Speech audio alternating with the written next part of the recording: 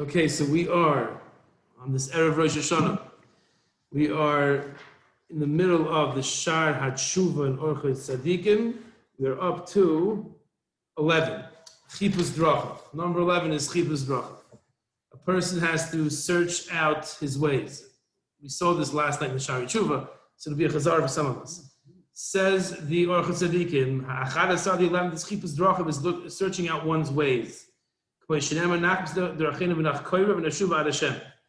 we will search out our ways and we will analyze them and we'll come back to you, Hashem, we'll return to you. A person has to check to see where he sinned throughout the year. And this is for three reasons. There are three benefits in a person identifying where he has sinned throughout the year. Number one, so he'll know he'll know the averos he did and therefore he can confess them. We'll see coming up at number 14, confession is one of the main halachas of Teshuva. One has to confess. There's really three basic levels of Teshuva. It's remorse, confession, and accepting upon oneself in the future that they're not going to sin again, which we call a zivas achet. Those are the three bare minimum steps of Teshuva. So the first reason one has to know what he did wrong is to analyze his year, to know what to confess. Number two, that he should remember how many averos he's done, and that'll cause him to be a little bit more humble. He said humility is features prominently in the Teshuva process. Number three, even though he's accepting upon himself to leave his path of sin, and he must know what he sinned. You might ask yourself, but if I'm leaving the path of sin, so why do I have to remember where I sinned? I'm not going back there. So he says, because we all know that a person who committed a crime, he did the avera once, twice, or three times, it becomes all that easier to do it again. So he has to set up special boundaries for himself. Those averas that he already was nichshal, that he already committed, is to set up boundaries that he knows he'll stay far away from the avera in the future. So he has to be aware of his past averas, even though he does complete tshuva. But still, you never know. It's always easy to fall back into that avera that one's done in the past, and he has to have special gedarim, special fences to protect him from that. That's number 11. The 11th step in tshuva is chipus drachav, as a person seeing exactly all the things that he's done wrong. And I wonder, I call them steps, right? And usually when you have steps, step 1, 2, and 3. So step 1 comes before step 2, and step 7 before step 8. But I wonder, both in the Shari Teshuva and Orchos Tzadikim, which is the same 20 steps, if it's in so to speak, a chronological, is it in a logical order, I should say. Because Chipus Drachav, I would think, is like after Charata. Once a person has Charata, that means that he does not want to sin. So then he has to start thinking, what did I do wrong? Maybe we're referring to a person who started with one avera, so he has the charata, he has the remorse, and he leaves the sin, I'm not going to do it again, and he has the yoga, and he has all the steps, and now, in the 11th one, he's encouraged to now go and do some more soul searching and see whatever else is there. What I'm pointing out is that this step 11 should be step 2. Or even step 1. Once a person realizes, okay, I want to do tshuva, I'm doing things that are wrong, I know I am, I got to figure this out, I got to make myself better. The first thing he does is chipus drachim. Where did I go wrong? And then he has charata, and then he has zivas achet. So I don't know why this is being listed as number 11, assuming it's supposed to be in the order that a person does it, but maybe it's not. Maybe it's just a 20, and an ikr is like a tenant of tshuva. It's not really a step. It's not madregos, not even levels. It's just an ikr is an ikr. It's a fundamental concept in tshuva. Okay, that's number 11. Number 12, he has to know how great his averas are. He has to understand how bad each avera is. And Mrs. Bezdin, which averas come with lashes, which averas come with the Bezdin, like Chil Shabbos, the ones Machal Shabbos, the Bezdin will kill him, which averas come with karis, even in Yom Kippur is karis. As you mentioned last night, when a person knows how big the avera is, how serious it is, it's going to cause him to have a bitter heart as he confesses, and it will add to him more hachna, more submissive and more humility. Number 13, right? So that his light sins should be as serious in his eyes as his heavy sins. Right? So there's a concept of light sins and heavy sins. Murder, theft, kibbut avein, those are the big ones, right? This is something that's so different. These are like the big mitzvahs in the Vedas. And you have the smaller ones, people kind of like, have this impression that there are certain mitzvahs that are just, so making ashiyats with kavana and maybe davening tefillah bisman at the right time. Like certain mitzvahs that don't take the same level of importance in our minds than other mitzvahs. So what the Orchos Tzadikim is saying is that we have to have like equality in mitzvahs. We have to view and not saying ashiyatza with kavanah with a chilul Shabbos. That's what the Orchos Tzadikim is saying. Why? Or if we give examples, it's going. He's startless b'noshim, looking at inappropriate pictures, ulahar b'sim mohem, dvarim to speak, chatter, just to stam shmuz with them, or dvarim b'teilim, to speak dvarim b'teilim, or lelach bato, or lahaskar sheshan l'tala, to waste time to say Hashem's name in vain. Kol elu v'oid rabbis kehein be'eni anashim rabbim. These mitzvahs, in the eyes of many people, v'afil be'eni g'dalei ador, even some of the great people of our generation, hey nechshavas kalas. It's like small averos, not serious averos. Kol elu yu nechshavas loy chamuras loy, and the Baal Teshuva has to view those sins as being very serious.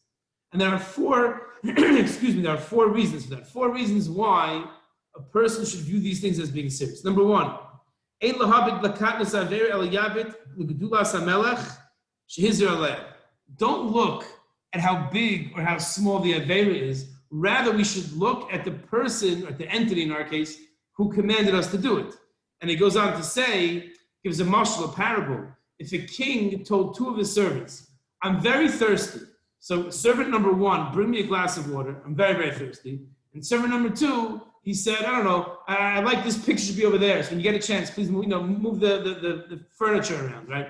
So and they don't listen to him. They both don't listen to him. The king. So the one who didn't bring the water, it's a much more serious offense. The king mounted things, and now the other one not. Either way, both these servants, both of them, are going to get the capital punishment, because the court doesn't look at how bad the sin was, how bad the infraction was. The court will look, in that case at least, the court will look at they disregarded the king's request. So just because the king requested it, no matter what the request is, the fact that he requested it is enough to equate to make they should have the same punishment.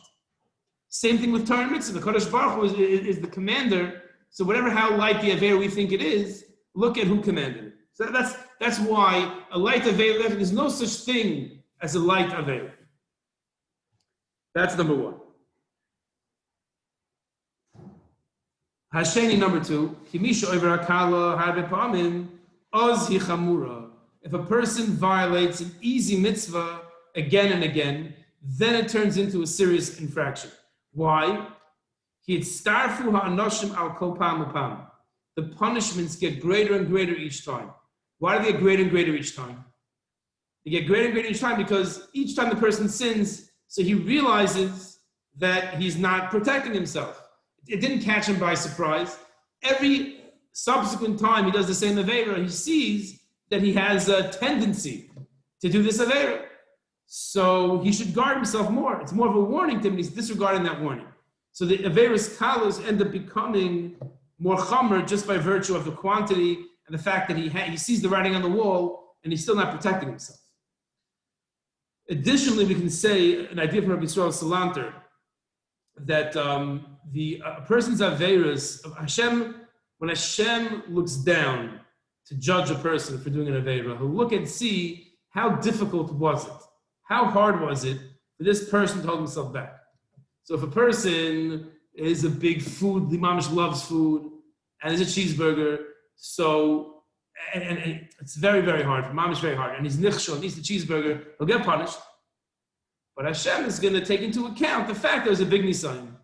Then you have someone else who's perfectly happy eating a regular steak, and he sees a cheeseburger. And he thinks to himself, that looks interesting. So he doesn't really have that internal drive pushing him to do the Aveira. He's like, I'm going to taste it. And he tastes it, right? So the second guy is going to get punished much more because he had much less of an nisayon.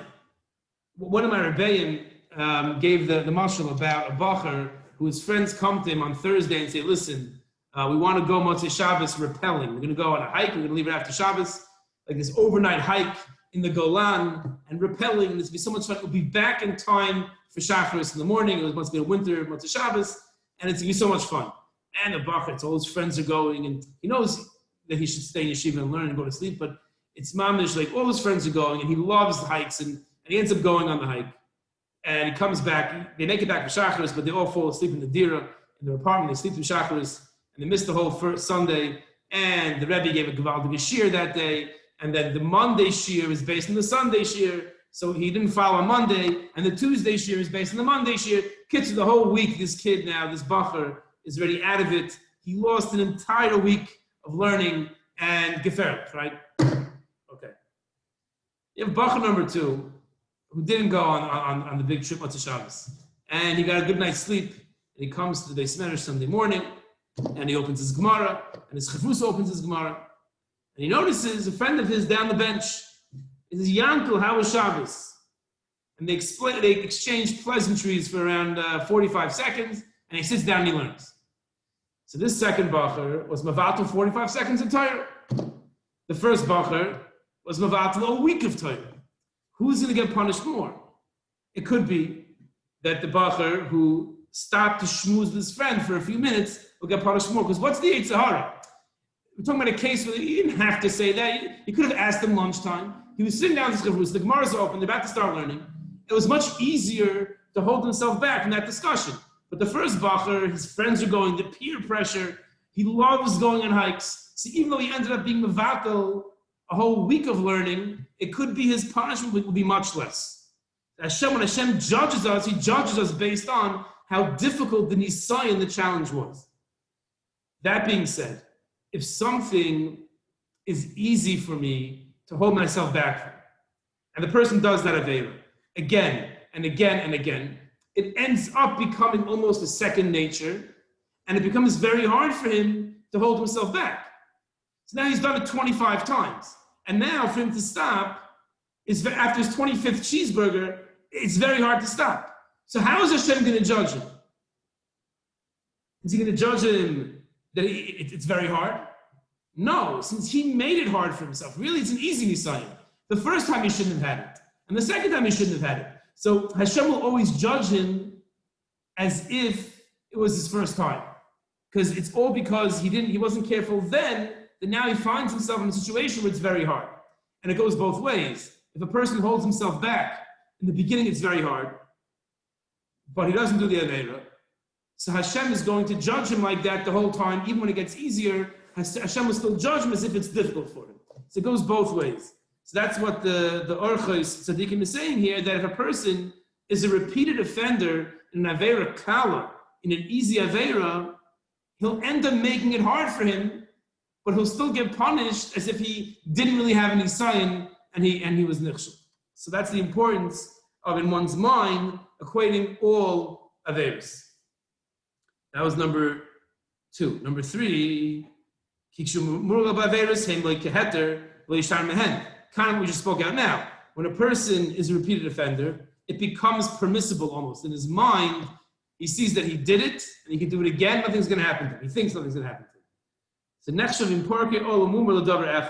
once a person says, and this is an extreme case, he says, I'm not keeping, I will eat non-kosher fish. That's one thing that I can't keep. So he makes a decision, he's not keeping that. Not that a person, I wish I never speak Lashon Hara. I might know in the back of my mind that it's a high chance I will, but I really hope that I don't, and when I do, I feel bad. That's not a mumur. But a person who says, you know what, I'm just going to eat non-kosher fish. That's a mumur l'davar echad, which is a very serious halachic status that he said that this one mitzvah, or this one aveira, I'm not careful with. When a person is a repeated offender and he's not guarding himself, he could get the status of a mum, of a peirik oath, someone who's taking the yoke off him. Not someone who made a mistake, but a person who sees that he has a propensity for this aveira, he's doing it, so then he has to make sure he doesn't do it, otherwise he's going to be labeled as a mumah. Haravi, the fourth reason why we should equate all aveiras, even aveira kala, yiderech hayetzek shu nitzeach b'davar kal, az yinatzach b'davar chamor. Nizakt in English, a gateway drug. People say, what's so bad about smoking? Even some might say, what's so bad about marijuana? What's so bad? So they say it's called a gateway drug, which means that if you start with a cigarette, a person starts with a cigarette, and he starts with this, and the next thing you know, he'll be doing serious, heavy drugs. Aveira is the same thing. The Yetzer is not going to come and say, go do Avodah Zarah, go to an ashram in India and bow down to some getchka over there. It's not going to work for people like us. It's not going to work. So the Yetzer comes and starts off in a much more subtle manner. As I think, does he bring here, or maybe it's on the Shari Teshuva. He brings it on the Shari Teshuva, this idea that the Yetzer first says, it doesn't say do Avodah Zarah. It says first get angry, and then this, and then that, and all of a sudden, the person does Avodah Zarah. The Yetzer is very smart, and he knows that we're not going to listen to him to do what we perceive to be a very big Aveira. But if we perceive it as a small Aveira, he gets us to do that. And then, once we're doing that, so then the next step is not so great, and the next step is not so great, and then you go so on and so forth, and then a person ends up doing mitzvah chamura, an Aveira chamura. So that's the importance of guarding oneself from doing these Aveiras chamuras and viewing all Aveiras as the same, on the same level, because it will lead to, one will lead to the other. Okay, the next one's a bit longer, so we're going to hold, let's do number 14, that's vidui. Ha'arba'asa, the 14th is vidui, is confession. Even though on Rosh Hashanah we don't do any confession. Rosh Hashanah, it's not the avodah. We can speak about that Rosh Hashanah in the morning. That the avodah is not confession. It's not that type of tshuva. As it says, but tshuva requires vidui. The hisvada shechata aleya. It's a bamsha pasuk in Chumash in Parshas Vayikra. The hisvada, you must confess that which one sinned. The yishchoiva olav lahazkir avoynoisav avoynos avoysav is an obligation to mention his aveiros and his forefathers, his parents, grandparents, great-grandparents aveiros as well. Why must he confess for aveiros that his parents, grandparents, great-grandparents did? Because he's punished if a person continues the aveiros that his parents and grandparents did. He gets punished for their aveiros too. That's why HaKadosh Baruch Hu set up the world. That if a person continues in the evil ways of his family, so then he gets punished for them as well. One must be very careful when he's confessing. That he should make a decision, a firm decision, resolution, that he's going to leave his evil ways. If he's saying, and he comes back to it, he doesn't really, in his mind at this point, he has no intention really, no mahalach, no approach how he's going to stop speaking Lashon Hara. Then it's like, the vidu is like a tvila, he's going into the mikvah, but the chait that he's holding on to is a sheretz biyadai. And therefore, it doesn't work. So one has to be careful before he does vidui. It's kedai to look over, it's worthwhile to look over the vidui and make sure that he's serious about it. For me personally, the hardest one is the one that talks about vidui peh. The sin that we do, that our vidui is, we're just mouthing the vidui, and we're not really feeling it. So think to myself, is that itself vidui peh? Am I just mouthing that confession? But that's the importance of preparation. It is an obligation to open up the Yom Kippur Machzor. In Rosh Hashanah too, but Yom Kippur for sure. The vidui, to go through the vidui section of the Yom Kippur Machzor is 100% obligatory. So when one confesses on Yom Kippur, it's taka, a real confession with a person making a decision. He does not want to go back to his evil ways. Wishing everyone a kesiva, a chasiva toiva, a good gebenched yor. Bez Hashem, Tavshin Pei Aleph should bring us a year of simcha and health and ruchnius and parnasa and nachas from all our children and grandchildren. Amen. Thank you, Rabbi.